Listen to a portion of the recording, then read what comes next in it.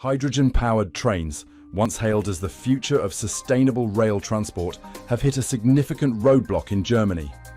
The Rhine-Main Transport Authority has decided to withdraw 18 Coradia-Eilint hydrogen trains from service, citing persistent technical issues with their fuel cells. This development raises important questions about the readiness of hydrogen technology for widespread adoption in the transportation sector. Hydrogen trains were introduced as a promising solution for reducing carbon emissions in rail transport, especially on non-electrified routes. These trains, powered by hydrogen fuel cells, produce zero tailpipe emissions, offering a cleaner alternative to diesel-powered locomotives. The Coradia-Eilint trains, built by Alstom, had been operating on the Taunus network since 2022. However, the trains encountered significant challenges during intensive operation.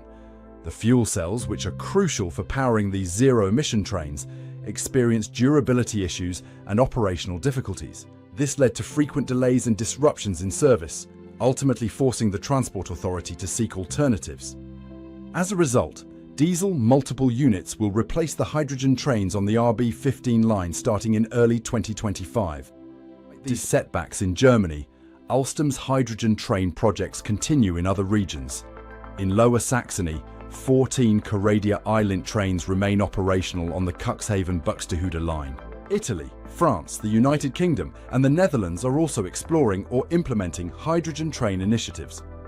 These projects demonstrate ongoing interest in the technology, despite the challenges faced in the Taunus network. In the meantime, hydrogen trains may find their niche in less demanding applications.